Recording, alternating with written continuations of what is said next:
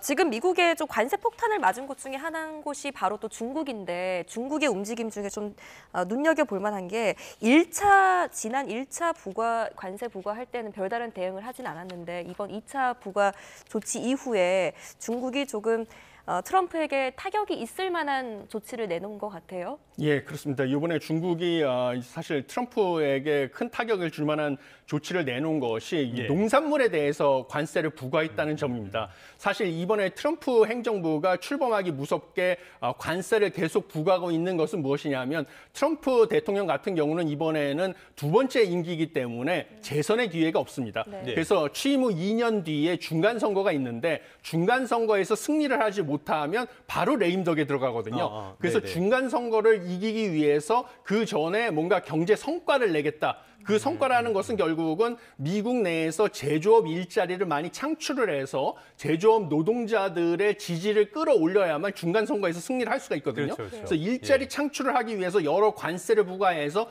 미국 내에 일자리를 늘려라 이러면서 외국 기업들을 압박을 하고 있는 것입니다. 네. 그런데 결국은 이 중간 선거에서 지지 기반을 흔들겠다라는 것이 이번에 중국 보복 관세 네. 조치의 목표고요. 그래서 농산물 시장에다가 관세를 부과했는데요. 왜 농산물 시장을 타겟했냐라고 하면 이 미국의 농업이 주축인 주들, 대표적인 오하이오주, 인디애나주 이런 곳들이 이번 대선에서 트럼프를 지지했던 곳입니다. 네. 그래서 농산물에다가 보복 관세를 부과함으로써 농산물 수출이 타격을 받게 되면 농민들이 당연히 트럼프 행정부에 불만을 갖게 되겠죠. 그러면 중간 선거에서 트럼프 지지 기반이 낮아지니까 타격을 줄 수 있다고 봐서 이번에 닭고기, 밀, 옥수수 면화의 15%, 네. 수수, 대두, 돼지고기, 소고기 등의 10% 추가 관세를 부과했는데 이것이 특히 중국이 대두의 최대 수입국이거든요. 그렇죠. 예. 그래서 미국에게 트럼프 지지 기반을 타겟팅한 보복 조치다 이렇게 보시면 되겠습니다.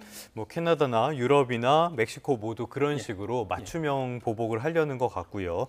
그런데 중국 쪽 발표를 보면요. 그렇다고 해서 이런 대응 같은 것들을 극한으로 가진 않고 대화의 여지도 계속 열어두는 것 같아요. 이런 배경은 뭘로 보십니까? 예, 당연히 중국도 내부적인 사정이 그렇게 좋지가 않습니다. 네네네. 미국과의 관세 전쟁을 오래 끌고 갈 만큼 경제 사정이 좋지 않기 때문입니다. 왜냐하면 부동산 시장도 침체돼 있고요. 이것을 예. 반영해서 외국 투자 자본들이 중국 내에서 이탈하고 있기 때문에 중국의 위안화 가치도 떨어지고 있습니다. 그래서 중국의 내수 소비도 진작을 하고 수출을 진작시켜가지고 이런 경제 위기를 극복해야 되는데 트럼프와의 관세 전쟁이 계속 지속되면 수출이 부진해지기 때문에 중국도 경제가 안 좋아질 수밖에 없는 상황이거든요. 그래서 미국과 조기에 뭔가 정상회담을 통해서 이런 관세 전쟁에서 돌파구를 좀 얻어야 된다라는 것이 중국이 좀 처한 상황이고요. 그렇기 때문에 이번에도 보복 관세 조치를 부과하면서도요. 중국이 미국이 명분으로 삼고 있는 그 펜타닐 원료를